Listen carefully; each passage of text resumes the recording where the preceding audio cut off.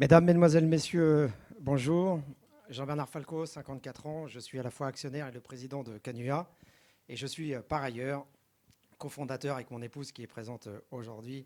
En 2005, où nous avons commencé tous les deux d'une société qui est aujourd'hui propriétaire et exploitante de 46 établissements de catégorie 4 et 5 étoiles, principalement situés à Paris, mais pas que, en région parisienne, à Belle-Île-en-Mer, Nîmes, Perpignan, dans les Hauts-de-France, Colmar, Chamonix, Nice, en Europe, Bruxelles, Porto, Rome et en Chine, dans des villes importantes, Chengdu, Guyane, Guangzhou, Canton et autres. Alors, je tiens en mon nom, ainsi tant en mon nom qu'en celui de tous les actionnaires que je représente, les artisans qui ont conçu ce navire, les prestataires de services qui suivent Canua depuis sa conception et pour certains d'entre eux depuis un peu moins longtemps, mais aussi des 100 collaborateurs que nous avons engagés ou sur le point de l'être dans les quelques jours qui viennent et qui sont impatients de commencer à travailler, à vous remercier sincèrement d'être venus nous écouter aujourd'hui.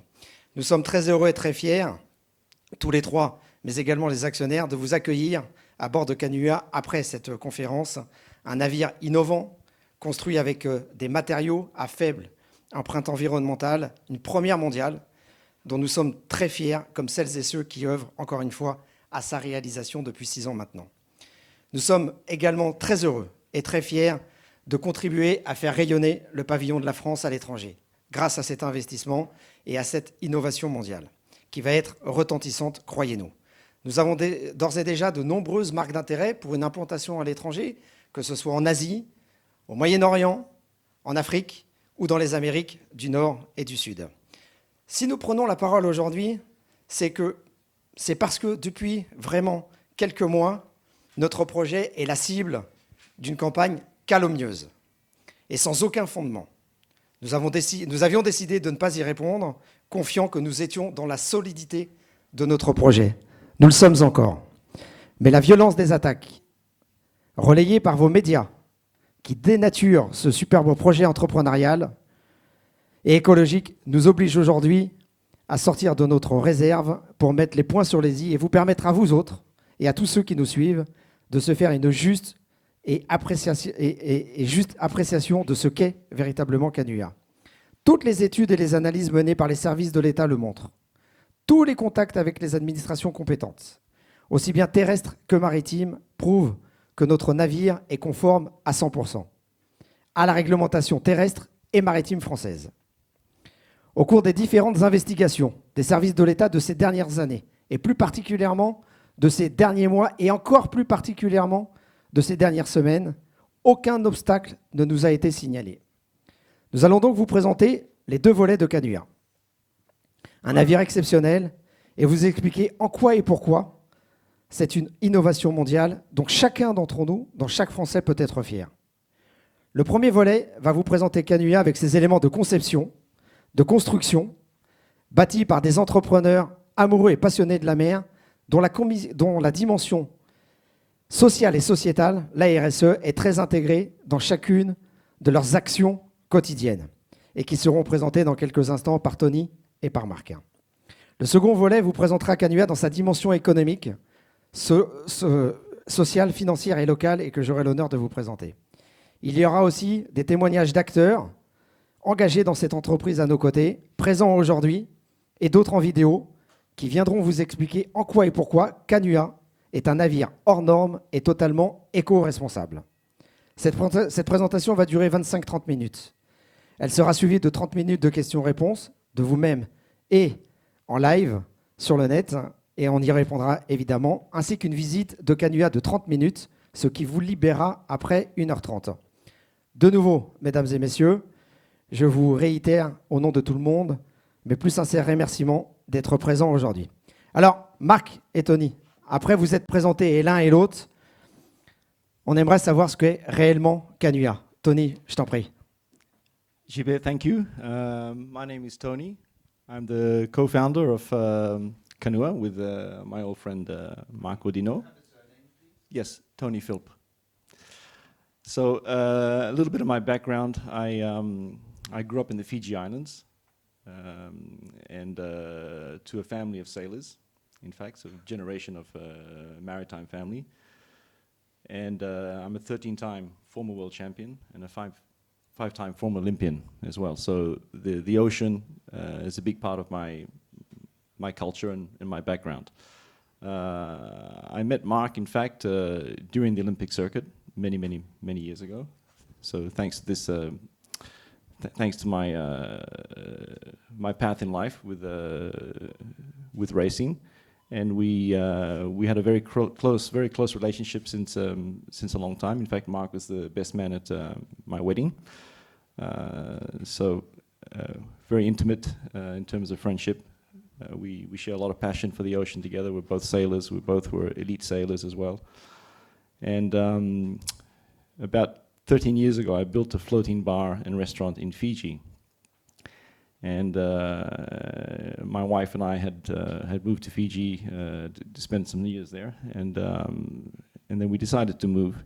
And Mark called me and he said, "Tony, why don't we build something similar in the French Riviera? But we'll make it bigger, and for events, and something that's sort of a much better, cleaner version of what you've done in Fiji." So together with my wife, who's French, we said, "Okay, well, that's a great idea. We decided to move back to Cannes, and since 7 years now, with Mark and with Jean Bernard and a few other people that have been supporting us, we've managed to get the funds and create this amazing project. And the beautiful thing about Kanua is every time we talk to someone about it, it's amazing to see their eyes open up, because everyone knows it's an amazing project. It will do so much, not only for the French Riviera, but for anyone that will visit it, because it's an opportunity for people to experience the ocean in a different way. And so we're almost there, and I think that this is something that we can develop outside of France as well, and it's a way to show and express French innovation.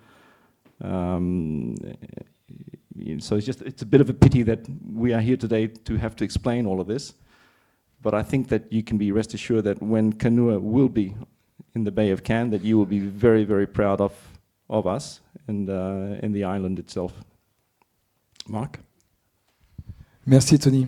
En effet, comme Tony l'a dit, on se connaît depuis pas mal d'années. Je m'appelle Marc Odino, j'ai 52 ans, j'ai grandi à Antibes, qui est ma ville de cœur.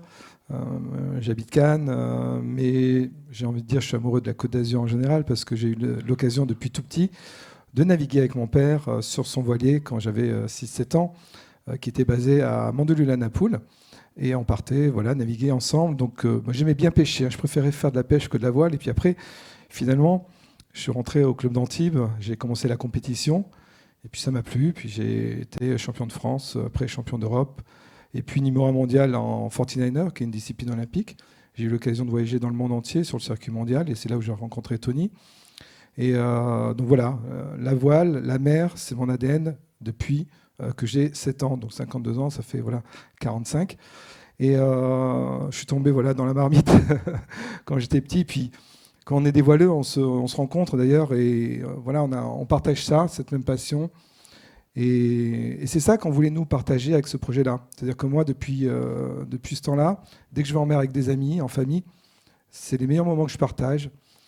Et à travers ce projet, donc, qui m'a été inspiré par Tony, avec ce qu'il a fait au Fidji, c'était vraiment ça, c'était partager la passion de la mer pour des gens qui n'ont pas forcément la possibilité d'y accéder, qui n'ont pas de bateau. C'est vrai que sur la Côte d'Azur, on voit beaucoup de yachts, mais ce n'est pas accessible, ce n'est pas accessible au plus grand nombre. Ou alors, il y en a qui ont peur d'aller sur des petites embarcations, tout simplement. Donc là, c'est quelque chose de stable. C'est un restaurant, lounge, un lieu de détente, on va en reparler. Mais c'était ça l'idée originale, c'était partager cette passion de la mer qui nous est propre à tous les deux et qu'on a fait partager à tous ceux qui nous ont suivis sur le projet, Jean-Bernard, mais aussi tous les actionnaires, investisseurs du projet maintenant, nous ont tous suivis pour ça également, parce qu'ils aiment également cet environnement. Merci à tous les deux pour cette présentation. Et effectivement, je te confirme que les 15 entrepreneurs qui suivent votre projet depuis le premier jour sont à la fois très admiratifs de votre parcours et de cette passion que vous avez pour la mer et de ce respect que vous avez pour la mer que vous nous avez transmis et qui, du coup, fait aujourd'hui partie totalement de notre vie. Alors, Marc, c'est quoi exactement Canua? Alors, Canua, en synthèse, on l'a dit, c'est un navire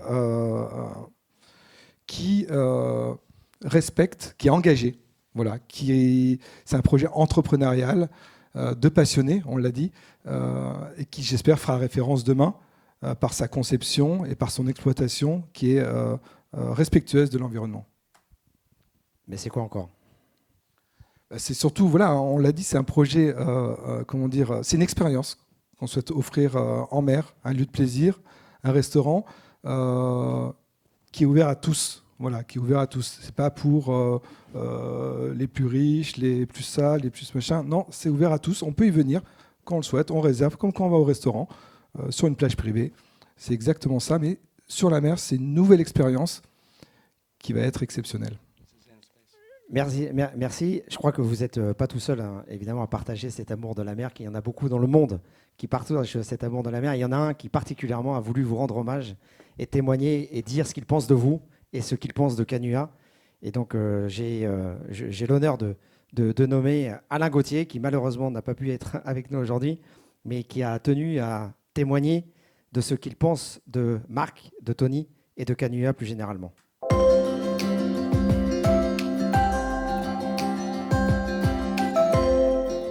Marc, je le connais depuis longtemps. C'est vrai que c'est un marin, un navigateur qui a fait de très belles choses. Je pense vraiment que c'est un projet qui tient la route et qui, connaissant Marc, va être fait dans la mesure du possible pour sauvegarder, faire attention à la faune, à la flore, etc. Parce que clairement, Marc connaît très bien la mer, il aime la mer, donc il ne ferait pas quelque chose, il ne ferait pas n'importe quoi en résumé. Le projet est réfléchi, notamment au niveau du carburant, qui est vraiment très très abouti pour pas qu'il y ait des tonnes de CO2 qui partent comme ça dans la nature. Puis ça permet aussi l'accès à la mer à un plus grand nombre, donc je pense que l'idée est bonne. Maintenant, il faut qu'elle soit respectueuse de l'environnement et ça, j'ai toute confiance en Marc et son équipe pour que ça soit le cas. Merci à Alain pour ce témoignage et on voit qu'effectivement vous arrivez à transmettre de nouveau cette passion et qu'elle est partagée par un grand nombre. Alors, Canua, c'est quoi en termes de réglementation? C'est un peu compliqué en France, hein, la réglementation maritime. Il y a de la réglementation maritime, terrestre, etc. Est-ce que tu peux nous en dire un peu plus sur cette réglementation? Oui, tout à fait. Alors, Canua, on peut dire aujourd'hui qu'on est conforme, hein, parce qu'on a passé un certain nombre d'étapes aujourd'hui. Donc, on est classé, on est un navire, tout simplement, ça c'est important de le savoir, qui suit la réglementation française. Donc on est classé en 2 catégories. Navire à passagers avec des passagers à bord au mouillage, donc qui suit la division 223B, là c'est un petit peu technique, mais il y a dans la salle des gens qui connaissent très bien. Et c'est également un navire de charge quand on se déplace d'un point à un autre. Donc ça c'est la division 222. Donc on suit une réglementation très stricte en la matière, que ce soit en termes de sécurité et en termes d'environnement. C'est également, pendant l'exploitation, un lieu qui respecte le code des transports maritimes. D'accord ? C'est un lieu qui a été validé par la commission de sécurité des navires à toutes les étapes, le bureau Veritas également. Et on est sous pavillon français. Donc on a des marins qui sont inscrits à l'ENIM. Voilà, donc on est vraiment dans un cadre très strict qu'on a suivi.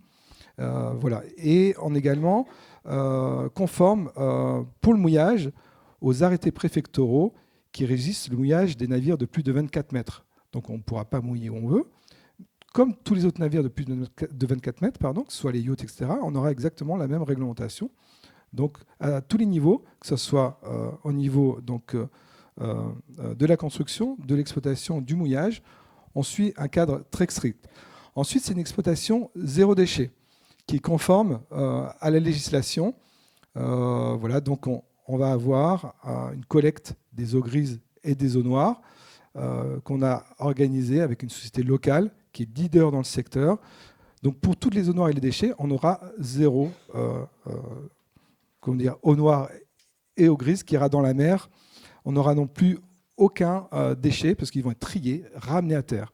Et pour témoigner sur ce sujet, on a souhaité inviter un partenaire qui nous suit depuis le début et qui connaît très bien le projet, qui est le président d'EcoTank. Et je nomme Wilfried Point, qui est là. Merci d'être venu, Wilfried, pour ce témoignage.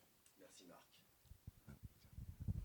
Bonjour à vous tous, donc je suis monsieur Wilfried Point, je suis le directeur de la société EcoTank, je suis donc spécialiste dans la récupération des déchets liquides et solides et dans le traitement de l'eau.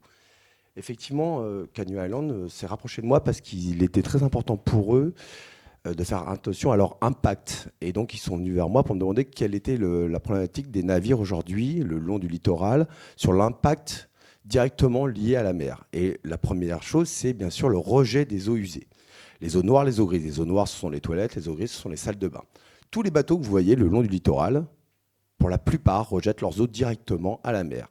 Il faut bien le savoir, dans les ports, on collecte leurs eaux, mais en dehors du port, le long du littoral, au mouillage, ils rejettent leurs eaux. Et Canua Island était très soucieux de ça, ils ne voulaient pas faire ça. Donc ils m'ont demandé de leur fabriquer des bateaux qui allaient pouvoir collecter tous leurs déchets liquides et solides de manière à ne pas avoir d'impact directement sur leur environnement. C'est pour ça que je leur ai fabriqué 2 bateaux. Des bateaux que je fabrique déjà depuis plus de 10 ans. J'en ai fabriqué pour la plupart des ports en France et dans le monde entier. J'en exploite moi-même une dizaine qui sont totalement donc respectueux de l'environnement, aussi bien sur leur motorisation que sur leur mode de fonctionnement, et qui vont venir collecter directement auprès de Canua Island l'intégralité de leurs eaux usées, eaux noires et eaux grises, ainsi que de leurs déchets solides. À côté de ça, il y avait aussi la problématique de la désalinisation qu'on entend beaucoup parler en ce moment, et dont surtout le rejet de saumure. Pour ce faire, il faut savoir aussi que tous les bateaux que vous voyez au mouillage de plus de 20 mètres sont équipés de désalinisateurs. Ils ne seront pas les seuls, sauf qu'eux les rejettent en fixe. Alors que sur Canua Island, on a mis au point un système qui permet en fait de réguler la rejet de saumure tout au long et tout autour de Canua Island, de manière à la diffuser et de ne pas avoir un rejet et un impact directement sur le lieu. Si vous avez des questions, n'hésitez pas à venir me voir ensuite, je serai là pour vous y répondre. Merci. Merci beaucoup. Merci infiniment, Merci, Wilfried. pour ce témoignage et encore une fois ce partage de l'amour de la mer que tu as évoqué en filigrane. Alors maintenant, on va rentrer un petit peu plus dans Canua. Hein. Là, on voit qu'il est totalement réglementaire, qu'il est conforme à la législation terrestre et maritime. Et maintenant, on rentre un petit peu dans le cœur nucléaire de Canua. Alors, on a parlé beaucoup d'environnement. Mais dis-nous peut-être un peu plus de choses sur ce respect de l'environnement. Alors, il est en effet à plusieurs niveaux. C'était le fil conducteur depuis le début du projet, que ce soit dans la conception, on l'a dit tout à l'heure, dans l'exploitation. Au niveau de la construction, on a utilisé des matériaux à faible empreinte environnementale, avec le choix de matériaux moins émissibles comparativement à la construction d'autres navires. On est construit avec une coque en aluminium, une structure en acier et une superstructure en bois. Prenez la plupart des bateaux dans les ports, c'est souvent de la fibre de verre qui est difficilement recyclable. Au niveau du fonctionnement, on a une très faible empreinte carbone. On l'a dit précédemment, on a des groupes électrogènes qui sont, on en reparlera tout à l'heure, avec très faible empreinte carbone. On a également un impact très limité sur l'écosystème marin. Pourquoi ? Parce qu'on va mouiller déjà sur des zones, et ça, il y a la réglementation qui la donne, mais en plus de ça, là où on va mouiller, on a de la chance, c'est que du sable. Donc on n'a aucun impact sur la Posidonie, on est sur du sable. Donc ensuite, on n'a pas de lumière sous-marine, comme on peut le voir des fois sur certains yachts, il n'y a pas de lumière sous l'eau. Et enfin, on n'est ouvert que 5 mois de l'année, et principalement en journée. Voilà, donc très peu, très limité au niveau de l'impact sur l'écosystème. Et enfin, on a un impact énergétique, et ça c'est un point important, parce qu'on a parlé de réglementation, mais nous on a voulu aller au-delà de ça. Wilfried l'a dit sur l'aspect récupération des déchets liquides et solides, mais c'est également le cas sur l'énergie. Parce qu'on parle souvent d'impact en niveau CO2. Canua Island a décidé de travailler avec Fuel 83 sur un biocarburant qui s'appelle le DXT, qui permet d'économiser 90% de rejet en CO2. Voilà, il faut savoir qu'il y a 5 navires comme ça sur toute la Côte d'Azur.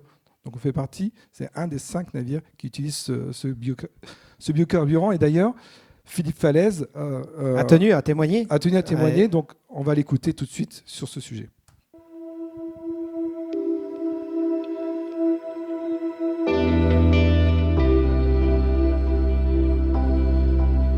Canua va utiliser un biocarburant durable qui qui est issu d'huile de friture usagée. Donc initialement c'était un déchet qui va permettre une réduction de 90% de CO2, de 60% des fumées. L'intérêt de ce biocarburant, c'est qu'il est 100% biodégradable. Il n'y a pas d'odeur. C'est un carburant totalement désoufré. Ce qu'il faut avoir à l'esprit, c'est qu'il y a moins de 3 ppm de soufre, alors que le carburant destiné aux navires sont à 1000 ppm de soufre. Donc on a 300 fois moins de teneur en soufre dans ce biocarburant.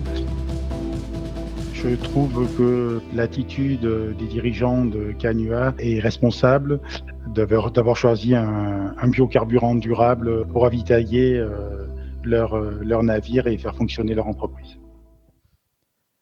Merci à Philippe pour ce témoignage.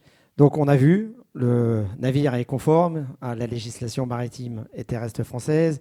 Il respecte, il est très respectueux de la mer et de l'environnement, on a vu tout ça. Il y a un sujet de la lumière, etc., tout ce que tu as expliqué. Il y a un autre sujet qui concerne les eaux douces. C'est un véritable sujet quand même, et plus particulièrement dans la région PACA. Est-ce que tu peux nous en dire un peu plus là-dessus ? Oui, on l'a dit, puis ça a été évoqué par plusieurs personnes, et puis Wilfried l'a dit tout à l'heure, on utilise des désalinisateurs, on l'a dit, pour produire de l'eau douce, qui va servir pour l'utilisation quotidienne du navire, pour la piscine, parce qu'on a une piscine d'eau douce à bord, mais on n'utilise pas l'eau du réseau public. On ne vient pas ponctionner sur les nappes phréatiques, on ne vient pas ponctionner dans l'eau des rivières. Voilà. On est autonome avec notre système de désalinisation qui a été mis en place et qui est respectueux de l'environnement. Merci. Donc, biocarburant, eau noire, désalinisateur, respect de l'eau douce, des nappes phréatiques, évidemment. Dans cette période de transition énergétique, c'est très, très important. Il n'y a pas que ça, il y a aussi beaucoup de bruit. Et on dit de Canua que c'est une boîte de nuit sur l'eau. Alors je vous rassure, on n'est pas une boîte de nuit. On est, comme on l'a dit, un restaurant, un lieu de détente où les gens vont venir passer un bon moment, une expérience unique. Il y a de la musique, bien entendu, mais comme sur n'importe quelle plage du littoral, hein, où on a de la musique, les gens viennent, ils sont en vacances, ils ont envie de se détendre, passer un bon moment, avec un niveau sonore qui sera limité, principalement en journée. Voilà, on aura 2 soirs dans la semaine où on sera ouvert. Et on ferme à 1h du matin ces soirs-là, sachant que l'ensemble des plages ferme à 2h. Vous voyez, donc voilà. Et puis, on a mis un limitateur de son. On fera aussi des tests avec les associations environnementales, les associations de la région, pour venir tester le lieu avant l'ouverture, ce qui est normal, par simple respect de notre environnement. Merci Marc. Comment on se rend sur Canua ?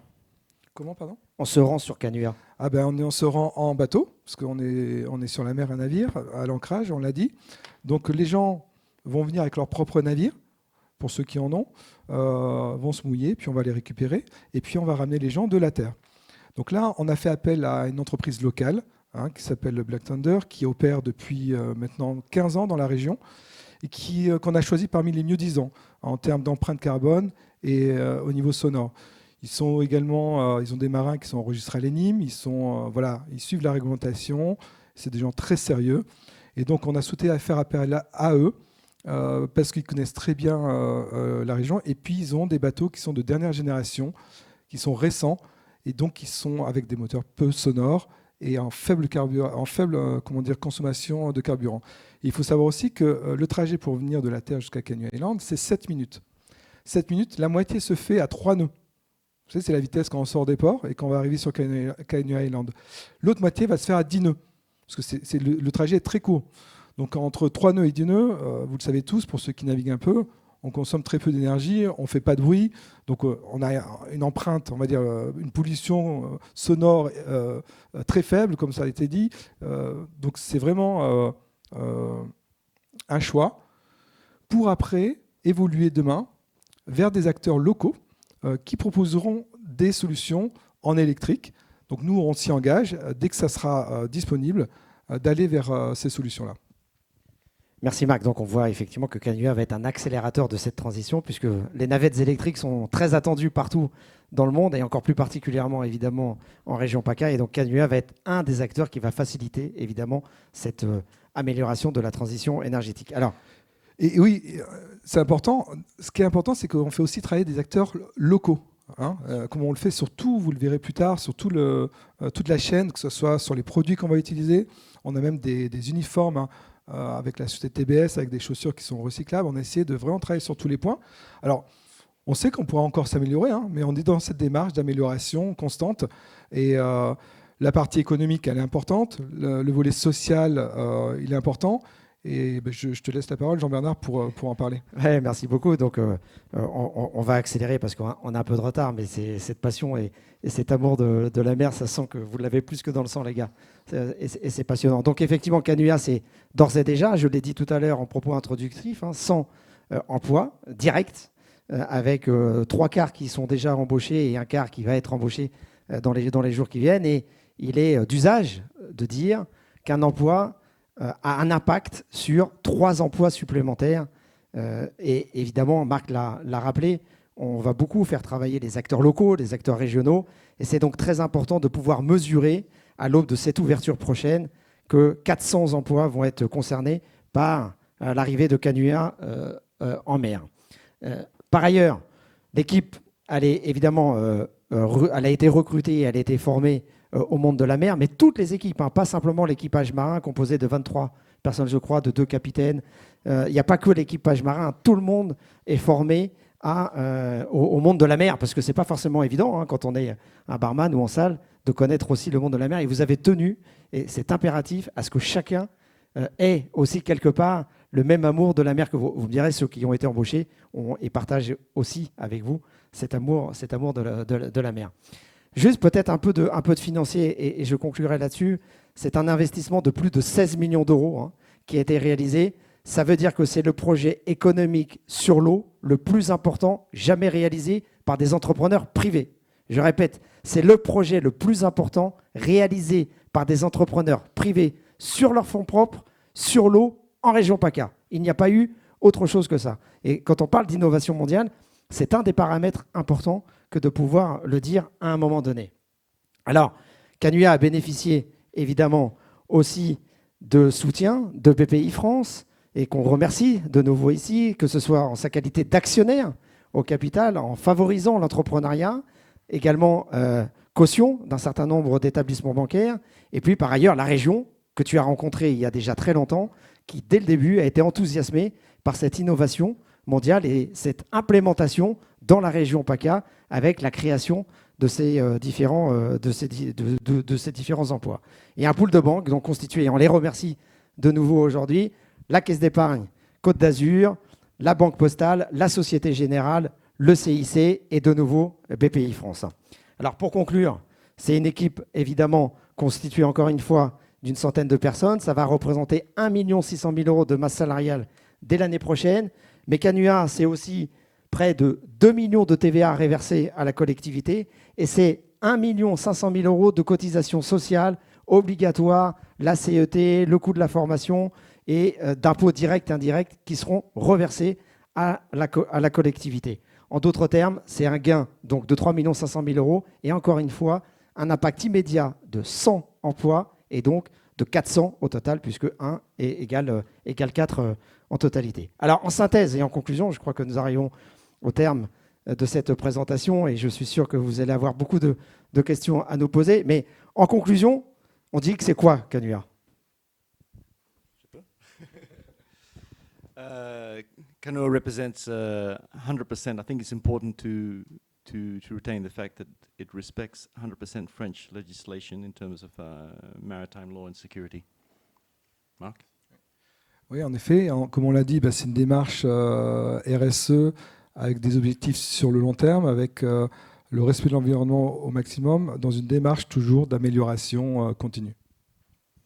Et enfin, c'est un impact, on l'a dit, économique, social et local et financier très fort, avec des banques et des investisseurs exclusivement français. C'est suffisamment rare pour être souligné.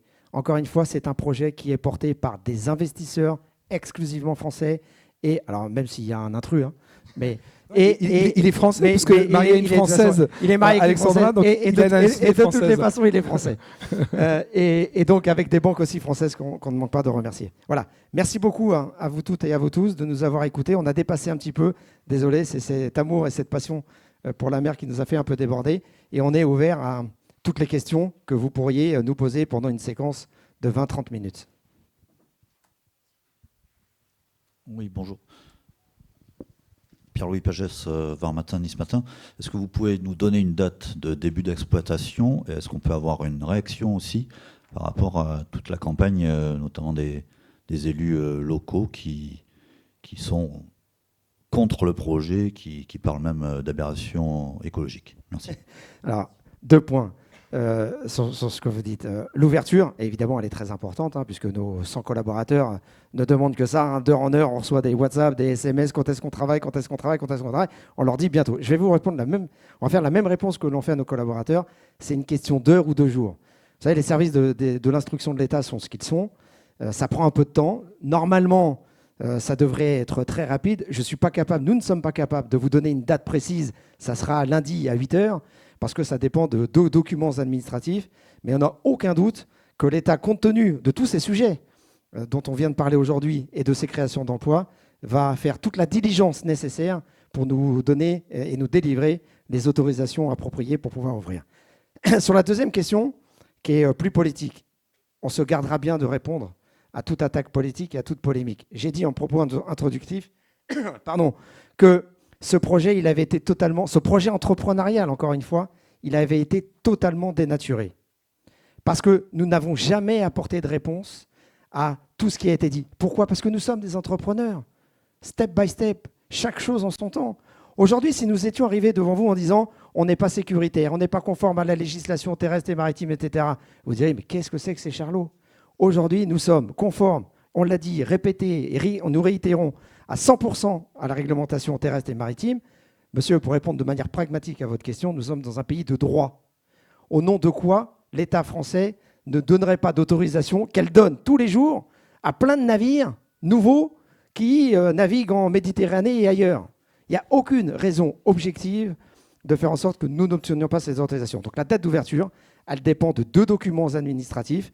Et encore une fois, on est tout à fait confiant sur le fait que l'État est parfaitement conscient également de l'importance de faire travailler nos 100 collaborateurs qui sont aujourd'hui un poids dans l'entreprise, évidemment, puisqu'on n'a pas la possibilité d'exploiter. Et encore une fois, sur le volet politique, je renvoie les uns envers les autres et à leurs propres déclarations, encore une fois, probablement sans avoir eu tous les détails, et on est responsable, sans avoir eu tous les détails de ce que l'on a présenté aujourd'hui, de ce que l'on vous a expliqué aujourd'hui. Et je suis sûr qu'après cet exposé, vous êtes rassurés sur la réglementation, sur le respect de l'environnement, sur le respect maritime, sur l'impact social, financier et économique, et encore une fois, sur notre capacité à respecter tous les engagements que l'on a pris et que les 2 fondateurs ont pris avec l'État il y a quelques années de ça. Justement, je voulais rajouter ça, c'est que nous, au démarrage du projet, on a été voir un certain nombre d'acteurs, que ce soit sur la réglementation, donc on a été voir les affaires maritimes, la préfecture, la DDTM, pour leur demander OK, dans quel cadre on doit s'orienter pour faire ce projet. On est arrivé au cadre que vous avez vu, on a dit navire à passagers, navire de charge, on en a parlé. On ne l'a pas inventé tout seul, on l'a fait avec les services de l'État pour savoir dans quel cadre on devait s'inscrire pour respecter l'environnement, la sécurité à bord du navire. Voilà, donc ça fait 6 ans maintenant qu'on est dans cette démarche continue d'échange avec toutes ces personnes, d'échange avec des partenaires comme Ecotank, on l'a dit, avec un certain nombre de partenaires, pour pouvoir être respectueux de la réglementation et de l'environnement. Donc ça ne sort pas là d'un chapeau hier, là on en parle depuis quelques semaines, quelques jours, ça s'agite un petit peu, mais nous on est dans une démarche continue depuis le début, comme l'a dit Jean-Bernard, step by step pour avancer. Et une fois qu'on savait qu'on allait être prêt, on allait communiquer. Bon, il a fallu qu'on communique maintenant un petit peu plus tôt, mais on sait que le bateau maintenant est conforme. On a vu la commission de sécurité des navires, on a vu la DDTM. Ils ont un dossier qui est complet. Donc maintenant, on attend leur retour. Oui, je vous en prie, monsieur. Merci. Stéphane Angelet de l'AFP. Juste, est-ce que vous avez parlé par antiphrase, donc pour que ce soit bien clair, au jour d'aujourd'hui, vous n'avez pas les autorisations requises? Je vous réitère ce que je dis depuis tout à l'heure. Nous n'avons pas d'autorisation au moment où je vous parle, mais nous n'avons aucun doute sur le fait de les obtenir. D'accord. Et une fois que vous les aurez, il y a des associations, mais également maintenant la région, qui disent qu'ils vont engager des procédures juridiques pour vous empêcher d'ouvrir. Est-ce que ça vous inquiète? Sur les engagements juridiques, donc judiciaires, parce que pour le coup, vous faites référence à l'avocat qui lancerait un référé à l'encontre du préfet. On en est là aujourd'hui.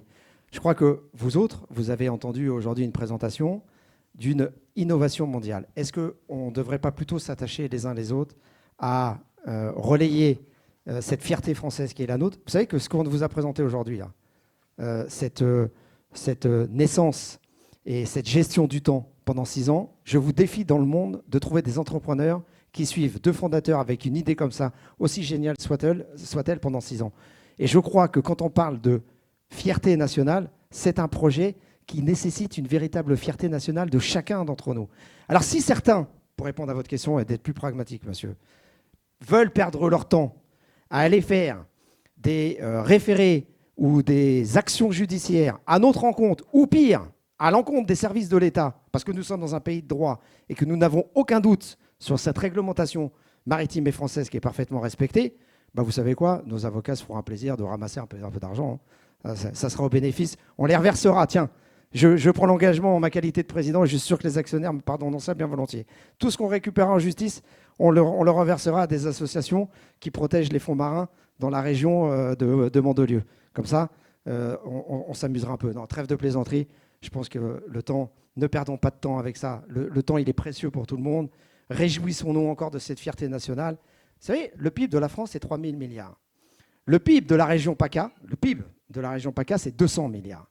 Le PIB du tourisme à l'intérieur du PIB régional, c'est 12,5%.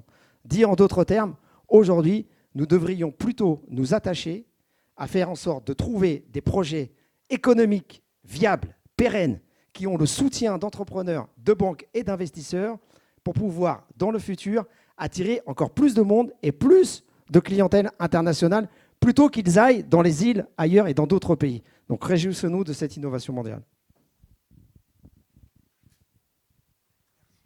César Manouzi pour la Marseillaise. En termes pratiques, donc vous parlez d'accès tout public, combien ça va coûter donc, pour venir manger ou bien profiter de la piscine, de l'eau Vous parliez donc aussi d'ouverture à un large public. Oui. Donc moi, c'est juste pour savoir. En fait, on a un restaurant, hein, comme n'importe quel restaurant de plage. Vous réservez, vous venez manger. Mais combien ça dépend ce que vous avez. Le menu.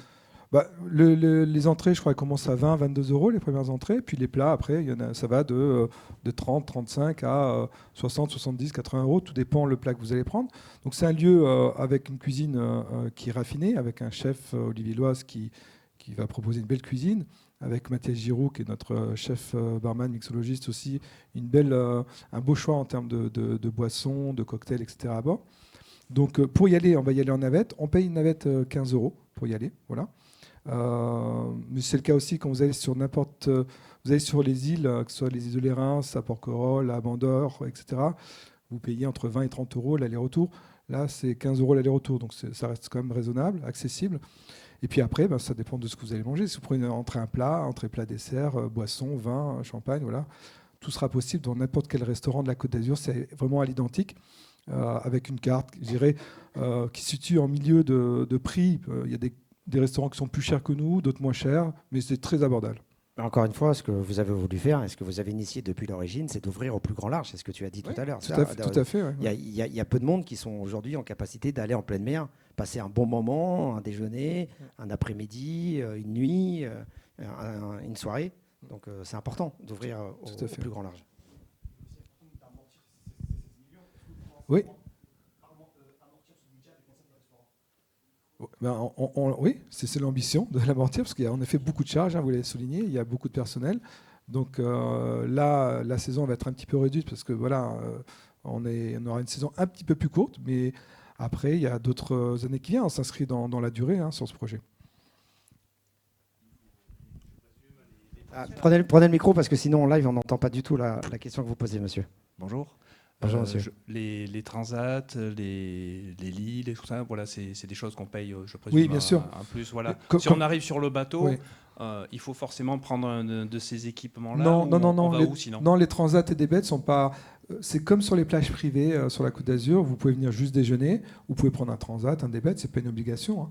Donc, vous pouvez juste venir déjeuner le temps d'1 heure et demie en famille, en amis, ou pour un déjeuner d'affaires, avec un client. Voilà, tout est possible. Et après, ceux qui veulent passer la journée, en effet, ils vont prendre un transat, un débet pour passer un moment de détente. Il y a aussi un espace de massage. On aura des sports nautiques respectueux aussi de l'environnement avec des paddles ou des surfs électriques, donc sans nuisance sonore, c'est notre choix. Et donc voilà, il y a différents services qui seront proposés à la carte. Comme le timing est serré, il nous reste 5 petites minutes. Allez-y, je vous en prie. Bonjour, Lucas Hélin du Figaro. Vous nous avez parlé d'une région enthousiasmée il y a quelques années quand vous avez rencontré. Aujourd'hui, leur position est plus du tout la même, avec Renaud Muselier qui s'oppose parmi les premiers à ce projet. Est-ce que vous pouvez nous expliquer comment sont passés vos échanges et pourquoi aujourd'hui ils en sont venus à s'opposer fermement à ce projet, alors qu'au début, ils étaient enthousiasmés, comme vous avez dit? Oui, c'est vrai, vous avez raison, mais sans rentrer dans aucune polémique de quelque nature que ce soit, c'est pas notre rôle. Je pense qu'il était aussi important pour nous, encore une fois, hein, comme l'a dit Marc tout à l'heure, très probablement que nous aurions dû expliquer peut-être un peu mieux, exposer probablement, et certainement même d'ailleurs, un peu mieux les critères et les paramètres de notre dossier. Et nous sommes convaincus que la région, lorsqu'elle aura connaissance de l'ensemble des paramètres dont nous parlons aujourd'hui, qu'elle saura mesurer l'impact, encore une fois, du respect de l'environnement, de la réglementation qui est respectée à 100%, qu'elle soit maritime ou terrestre, ou l'impact local, financier et juridique de la situation.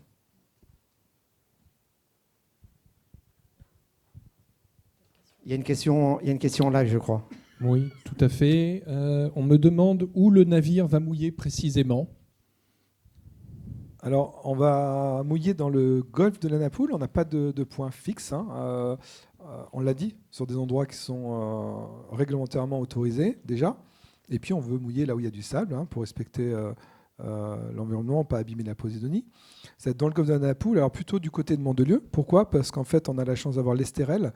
Bon, ça, c'est le marin qui parle. Et quand il y a du Mistral, du vent d'ouest, on est totalement protégé, sécurisé.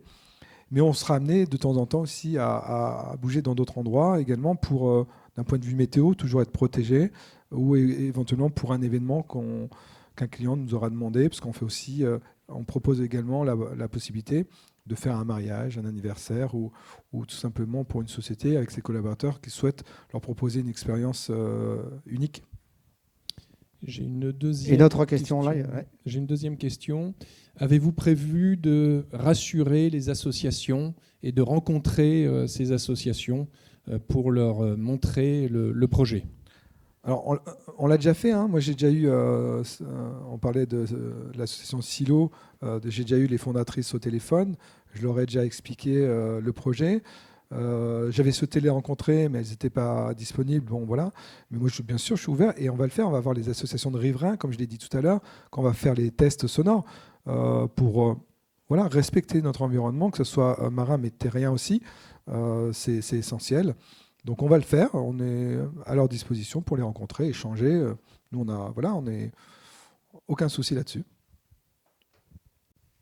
Pas d'autres questions en live ? C'est bon ? Monsieur ?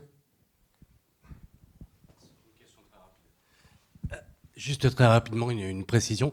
Sur le sable, quel ancrage vous allez utiliser ? Une ancre de navire classique, une ancre de... Voilà. Non, mais comme tous les navires, on parle d'ancrage écologique quand c'est des ancrages fixes, mais c'est une ancre classique qui permet de tenir dans le sable correctement.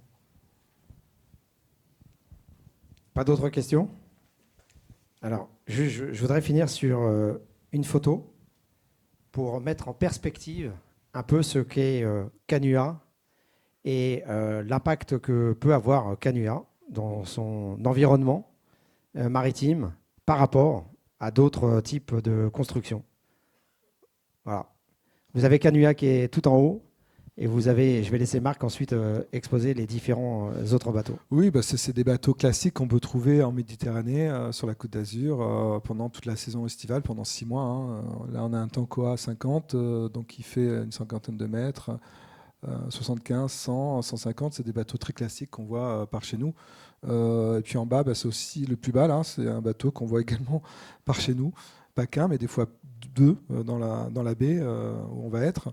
Il y en a du côté de Marseille, il y en a du côté sur toute la Méditerranée, ils se baladent pendant toute la saison. Et nous, on est le tout petit bateau là-haut, en haut à gauche. Voilà.